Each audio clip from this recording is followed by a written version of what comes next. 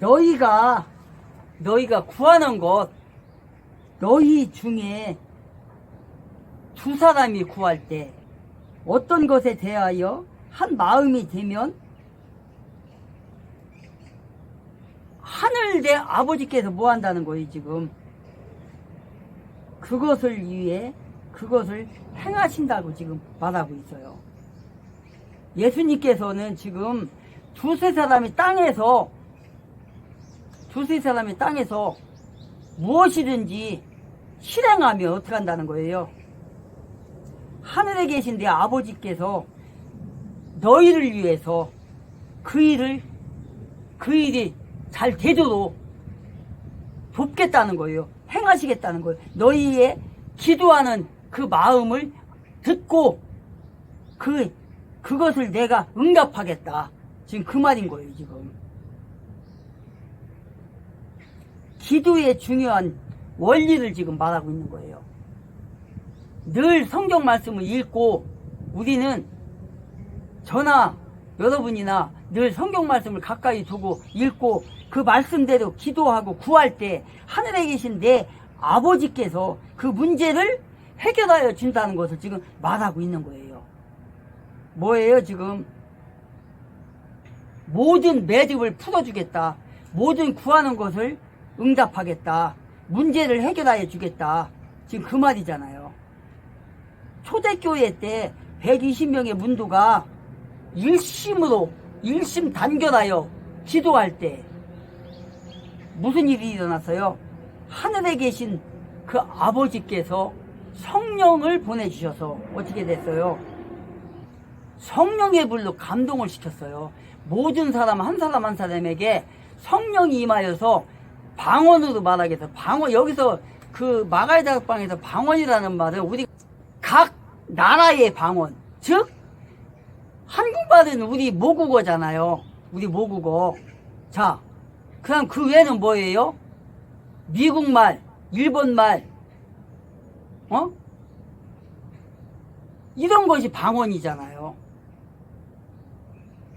중국말, 이런 것이 방언이고, 그런 것이 방언이에요, 방언.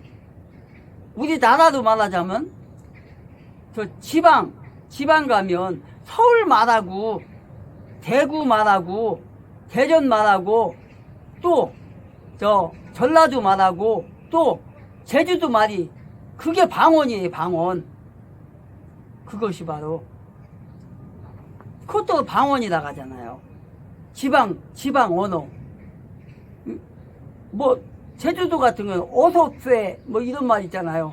무슨 말인지 잘 모르겠는데, 우리가 알아들을 수 없는 그런 용어도 이제 그것도 방언이라고 그래요. 그래서 형식적으로 모인 1000명의 기도보다는 마음을 같이하여 한 마음 한 뜻으로 기도할 때 땅에서 풀릴 때 하늘에서도 풀린다는 거예요. 아버지께서 푼다는 거예요.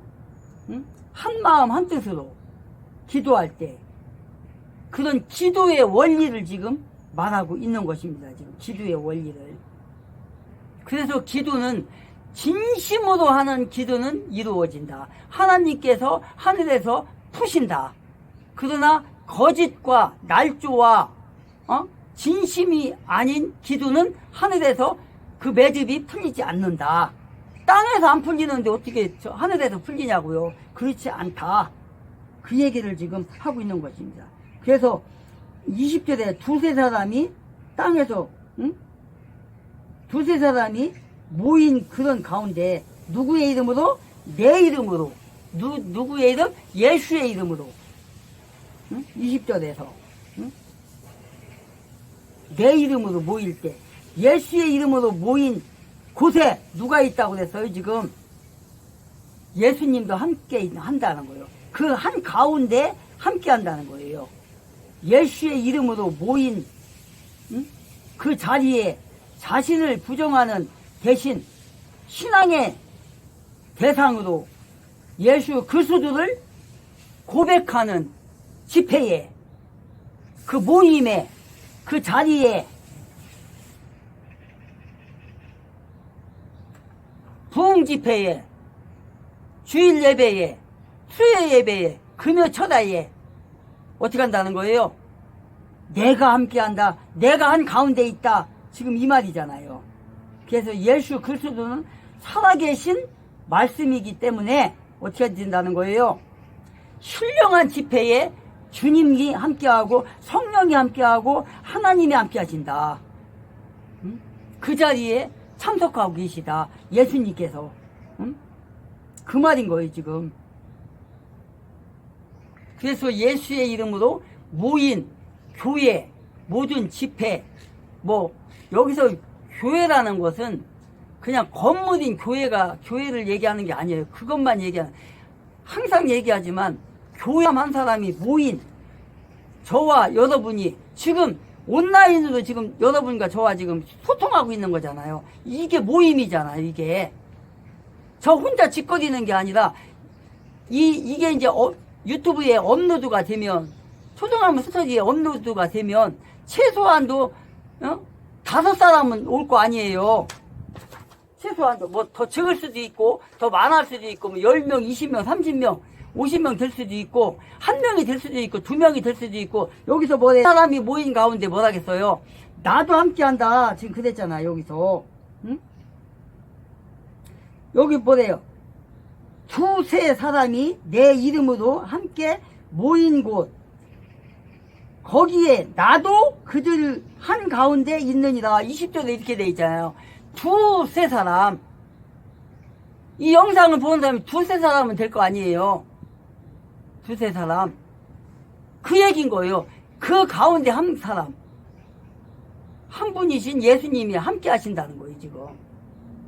그래서 온라인으로 만나든 아니면 교회 건물 안에서 함께 예배를 드리든, 혹은 거리에서 어떤 집회에서 함께 모이든, 그곳이 교회라는 거예요. 그걸 얘기하는 거예요 지금 여기서 얘기하는 게. 그래서 모든 집회에 예수 그리스도는 함께 계시고 축복하시고, 그 집회에 참석한 모든 사람들의 마음을 하나님께서 그들의 마음과 기도에 응답하신다. 지금 20절에서 지금 그 얘기 하는 거예요 지금. 21절에 보니까 뭐라고 그래요? 그때에 베드로가 그분께 와서 이르되, 주여, 내 형제가 내게 죄를 지으면 내가 몇 번이나 그를 용서하리이까? 7번까지 하리이까? 하매 22절에 예수님께서 그에게 이르시되, 내가 네게 이르노니 7번까지가 아니라 70번씩 7번까지라도 그리하라. 그러므로 23절에 그러므로 그들의 왕국은 자기 종들로부터 회개 보고를 받으려 하는 어떤 왕에 비할 수 있느니라. 뭐래요 지금 21절 22절에서 베드로에게. 베드로가 뭐래요 지금? 예수님, 어떤 형제가 나한테 이러이러한 죄를 졌어요. 죄를 계속 져요. 나를 계속 핍박하고요. 내 말도 안 듣고요. 지가 하고 싶은 대로만 하고요. 내 거 훔쳐가고요. 내 옷을 훔쳐가고, 내 밥을 훔쳐가고, 내 모든 걸 훔쳐가요. 나한테 계속 죄를 짓는데 몇 번까지 용서해줘야 돼요? 도대체 한 번도 힘드는데 몇 번까지? 그러면 한 7번까지 용서해줘야 속이 시원하겠습니까? 지금 이 소리인 거예요 지금. 막 그냥 불평을 하는 거예요 지금 베드로가. 그런데 예수님께서 베드로에게 뭐래요? 야, 네 친구가, 네 지인이, 네 직장에서 네 동료가, 너의 동생이, 너의 형이 너한테 그렇게 못살게 군다고? 그런데 그런다고 해서 그들을 저주하거나 그들을 핍박하거나 그들을 업신여기면 안 돼. 지금 이 말인 거예요. 그러니까 베드로는 야, 내가 이 정도 용서해준다고 하면 예수님께서, 아, 그래, 잘한다. 이렇게 할 줄 아는 거예요, 지금. 근데 뭐라고 그래요? 예수님, 내 형제가 내게 죄를 지으면 7번까지라도 용서해줘야 되나요? 그렇게 안 하고 싶다는 거예요, 지금. 한 번만 지금 죄를 지어도 지금 막, 저 사람을 막, 응? 비판하고 싶고, 욕하고 싶고, 그런데, 그래, 꼭 참고 내가 용서해주는데, 어떻게, 예수님, 이만치 해주면 되겠어요? 7번까지 해주면 되겠어요? 지금 이러는 거예요, 지금. 그래서 베드로는 지금 주님 앞에서 형제를 용서하는데 몇 번까지 해야 할 수 있습니까? 이렇게 질문하고 있는 거예요, 지금. 도대체 7번까지 해야 되겠습니까, 예수님? 그 정도 인내심이 있어야 됩니까? 이렇게 지금 불평을 하고 있는 거예요, 지금. 왜 이래요? 아, 예수님, 내가 2-3번까지는 내가 어떻게 용서해 주겠어요. 근데 그 이상은 안 되겠어요. 어떻게 3번 이상, 4번, 5번 어떻게 해줘요? 아니, 그러면 7번까지 하면 되겠습니까? 왜 그래요? 이 말은 뭐냐면, 베드로가 지금 7번이라 했잖아요. 이 이스라엘이라는 나라는 유대인들은요, 7을 그렇게 좋아해요. 7을 7 좋아하고 3을 좋아하고 그래요. 7과 3. 또 9를 좋아해요. 9는 완전수잖아요, 이스라엘 나라에서. 그래서 지금 성경을 읽다 보면 3도 나오고 7도 나오고 9도 나오는 게 그래서 그런 거예요. 그러니까 7수라는 거는 이스라엘의 좋은 수를 얘기하는 거예요. 그러니까 지금 베드로가 7번까지 해주면 되겠습니까, 주님? 이러는 거예요, 지금. 근데 예수님이 지금 뭐라고 그래요? 7번까지가 아니라 70번씩 7번이라도 해줘라. 이거는 뭐예요? 진짜 70번씩 7번이 아니라 끝없는 용서를 얘기하는, 끝없는 용서. 우리가 죄를 한 번 짓고 맙니까? 그렇지 않다는 거예요. 예수님이 그 얘기 하려고 하는 거예요, 지금. 야, 너희들이 하나님 앞에 죄 짓는 것을 7번까지만 하냐? 아니잖아. 끝도 없잖아. 너희들이 살아나가면서 평생을 살면서 얼마나 많은 너희들이 죄를 짓고 있냐. 그런데도 하나님께서는 너희들이 용서를 빌으면 끝까지 용서해 주잖아. 끝없는 용서해 주잖아. 너희들이 태어나는 순간부터 하늘나라 아버지의 나라 가는 날까지 수만 번을 죄를 짓잖아. 수만 번이 뭐야? 응? 수십만 번을 죄를 짓잖아. 근데 하나님이 다 용서해 주잖아. 너희들도 그렇게 하라는 거예요, 지금. 불평을 한 겁니다, 이렇게. 왜 그러냐면요, 유대인들은 한 3번까지는 그래도 용서해준다는 그런 유대인들의 뭐라고 해야 되나, 옛날부터 전해져 내려오는 용서의 개념이 있었어요. 1번, 2번, 3번까지는 그래도 봐줄만 하다 해서 하는데, 그 이상은 유대인들은 용서하지 않는 그런 전례가 있었습니다. 그래서 지금 그런 경향성이 있기 때문에 베드로가 예수님 앞에 와서 지금 투덜거리면서, 예수님 7번까지 내가 용서해주면 되겠습니까? 이렇게 지금 질문한 거예요. 근데 예수님께서는 뭐라고 그래요? 대반전을 일으켜 77번, 70번씩 7번까지라도 해라. 그거는 아까도 얘기했던 것처럼 무한대의 용서의 개념을 지금 얘기한 거예요, 지금. 그러면서 21절에서 이렇게 말을 하면서 지금 22절에서는 뭐라 하냐? 예수님께서 내게 이르시되 내가 네게 이르노니 7번까지가 아니라 77번씩 7번이라도 해라. 이 얘기는 아까도 얘기했던 것처럼 정말 끝없는 용서, 초월한 용서를 얘기하는 거예요, 지금. 인간 세계에서 살다 보면 이런 일 저런 일 많다. 그런데 너희들이 하나님 앞에 내 아버지 앞에 얼마나 많은 용서를 빌고 받고 있냐. 하물며 응? 그렇게 초월적인 사랑으로서 하나님께서 너희들을 용서하는데 너희들도 마찬가지로 너희 지인이나 너희 형제나 너희 동료들이나 누가 죄를 짓든지 그 정도의 마음을 가지고 인내심을 갖고 용서하라. 지금 이 말인 거예요. 지금 그러면서 뭐라고 그래요? 23절에서 그러므로 하늘의 왕국은 자기 종들로부터 회개 보고를 받으려 하는 어떤 왕에 비유할 수 있느니라.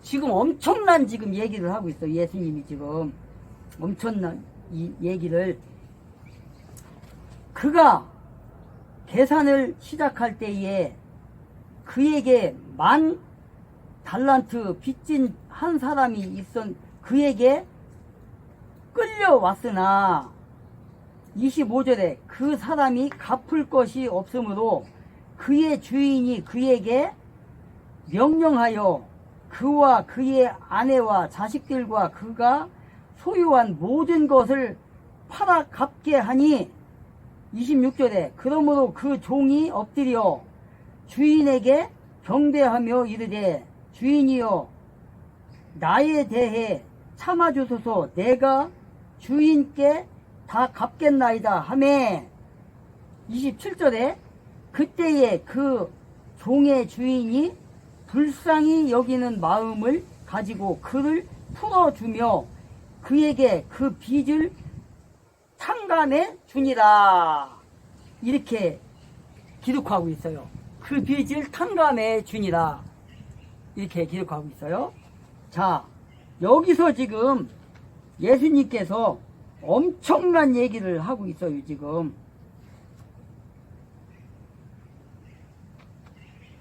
23절부터 25절까지 지금 엄청난 얘기를 하고 있는데 한번 봅시다.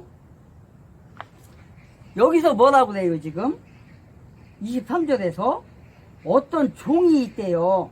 종이 있는데 그 하늘의 왕국은 자기 회개보고를 받는 자리래요. 하늘의 회개보고. 회개보고가 뭐예요? 회개보고가 어떤 모임이든지 가면 나라든 회사든 개인이든 모임이든 그 모이면 뭐가 있어요? 우리가 회비를 걷고 나라로 따지면 세금을 걷어요. 국민들에게 기업에게 세금을 걷어요. 기업은 또 뭐예요? 또 그 기업들 간에 일을 하게 되면은 무슨 부서지요? 거기가 총무가 아니라 회계 담당이 있잖아요. 기업에도 있고 나라에도 있고 또 뭐가 있어요? 모임에도 있어요. 회계. 저 같은 경우는 이제 그 기독교 한국 침례 총회에 속해 있는 서울 동부지방이라는 데가 있어요. 그럼 우리가 한 달에 한 번씩 모임을 가져요. 지방회라는 모임을 가져요.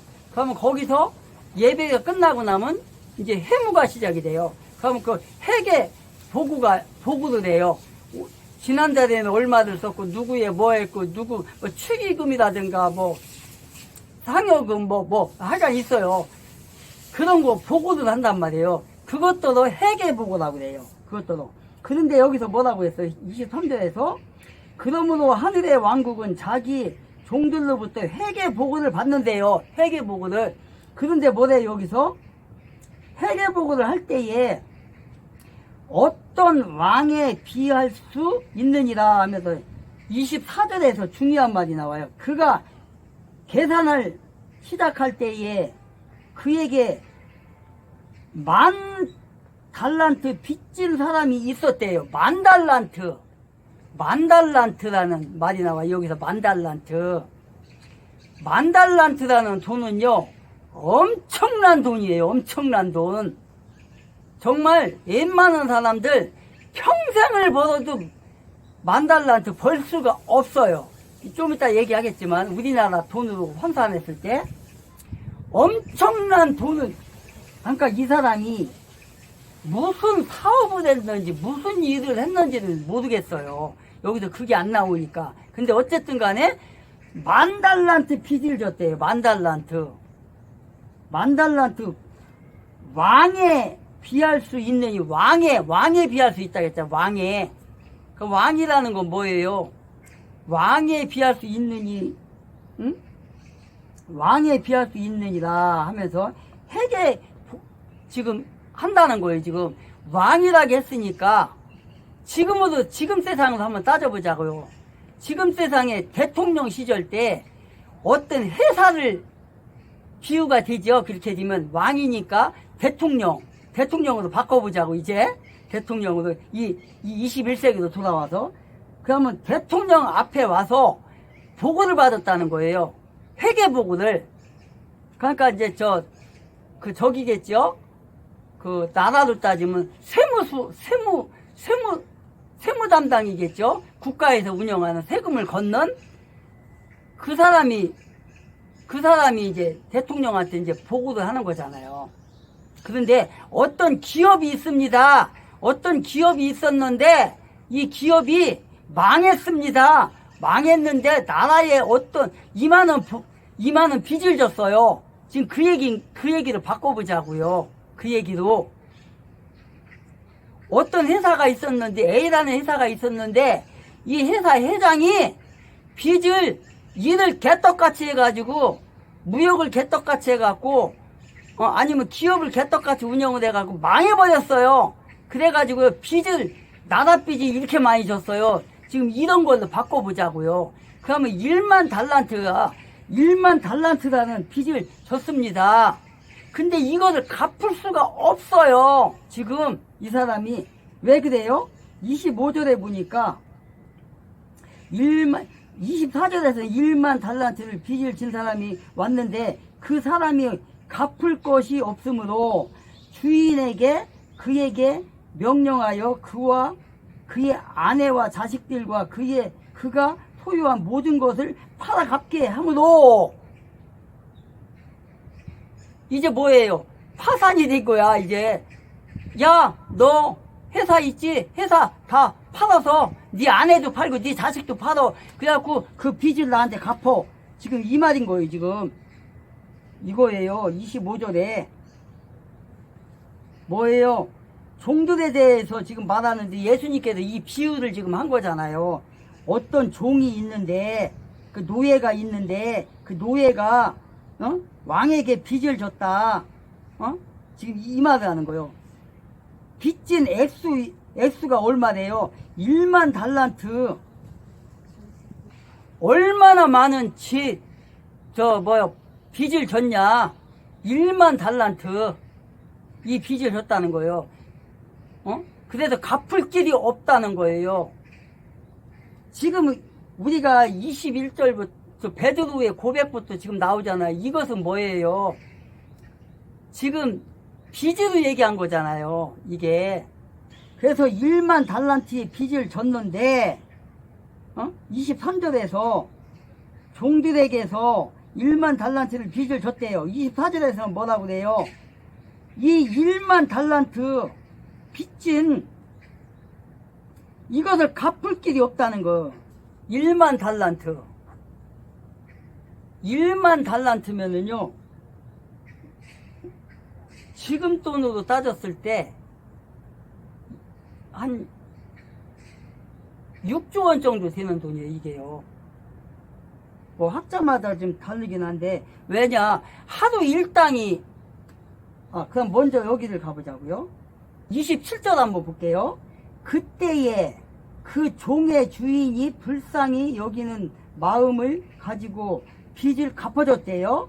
탕감을 해줬대요. 마지막에 보니까 그 빚을 탕감해줬대. 그런데 28절에 그러나 바로 그 종이 나가 자기 동료 종들 중에서 자기에게 100데나리온 빚진 자를 만나매 그를 붙들어 멱살을 잡고 이르되 내가 빚진 것을 내게 갚으라 하니 그 종이 그의 발 앞에 엎드려 그에게 간청하여 이르기를 나에 대해 참아주게 내가 자네에게 다 갚겠네 하되 30절에 그가 들으려 하지 아니하고 오히려 가서 그 종이 빚을 갚을 때까지 그를 감옥에 가두니라.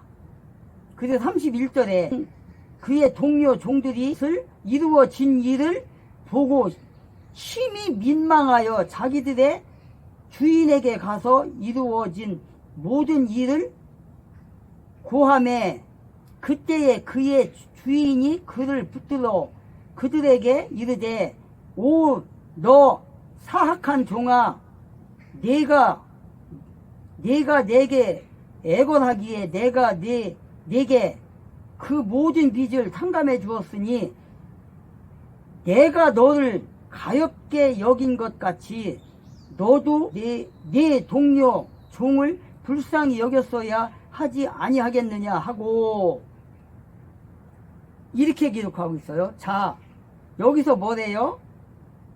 얼마 줬대요? 그 동료 종이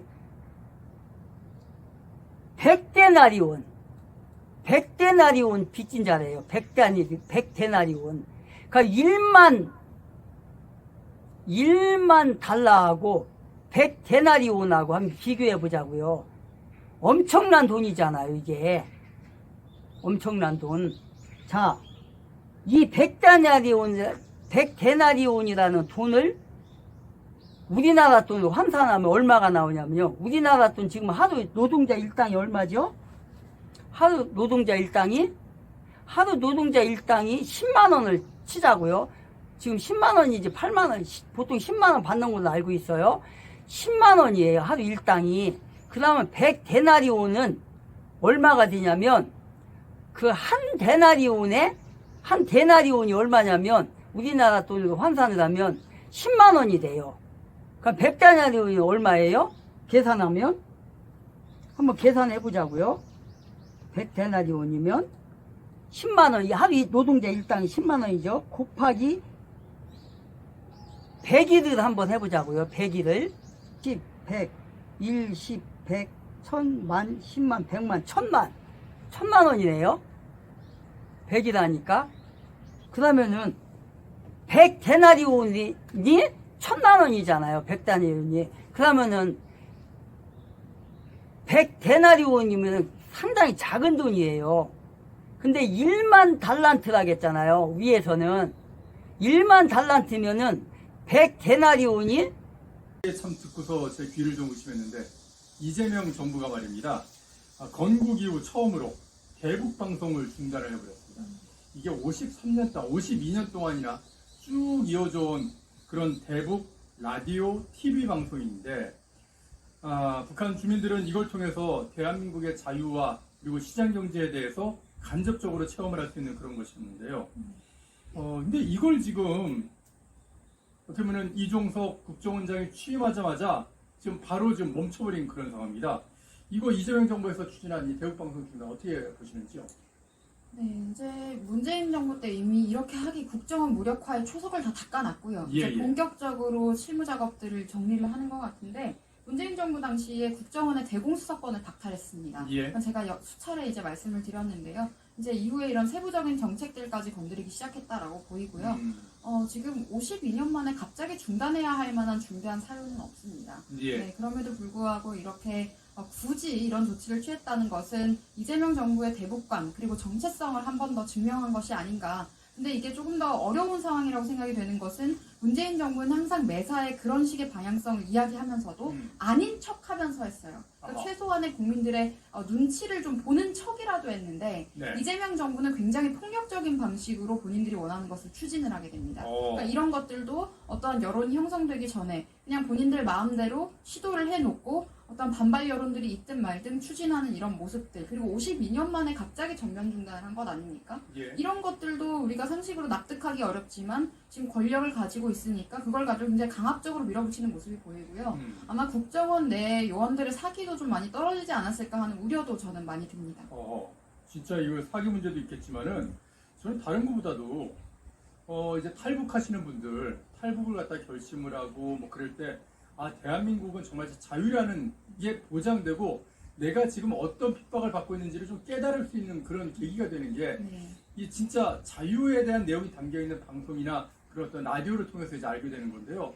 그거 자체를 끊어버리면은, 북한의 이제 주민들, 어떻게 보면 대한민국 국민들은 이제 앞으로 김정은이 떠드는 대로, 또 김정은이 가르쳐주는 대로 그냥 왜곡된 정보만 계속해서 배우게 되지 않습니까? 저는 이 이재명이라는 사람과 그 주변인들의 이런 여러 가지 국가관이 아주 오래전부터 우려가 됐던 것이 사실 말하는 내용들 보면은 본인들이 북한 사람인 것처럼, 그리고 북한의 김정은과 관련된 그런 북한 권력자들의 관점에서 이런 이슈들을 이야기를 너무 많이 해왔습니다. 이재명 대통령 같은 경우에는 과거에 어떤 이야기를 했었느냐면 우리 김정일이라거나 이런 식으로 우리라는 말을 붙인다거나 선대라는 표현을 쓰기도 했고요. 그런 식으로 굉장히 북한의 관점을 가지고 이야기하는 것, 그리고 6.25 전쟁 발발에 대해서도 뭐 군사 충돌을 우리가 먼저 일으켰다라는 식의 이야기들도 과거에 한 바가 있는데, 그런 식의 북한 내에서 독재를 하고 있는 그런 권력자들의 시선에 딱 맞아떨어지는, 그들의 입맛에 맞는 여러 가지 정책들을 하고 있는 게 아닌가. 그래서 뭐 유화책이라는 이야기, 김대중 정부 때 나온 언어이긴 한데요. 저는 그것도 부적절하다고 생각합니다.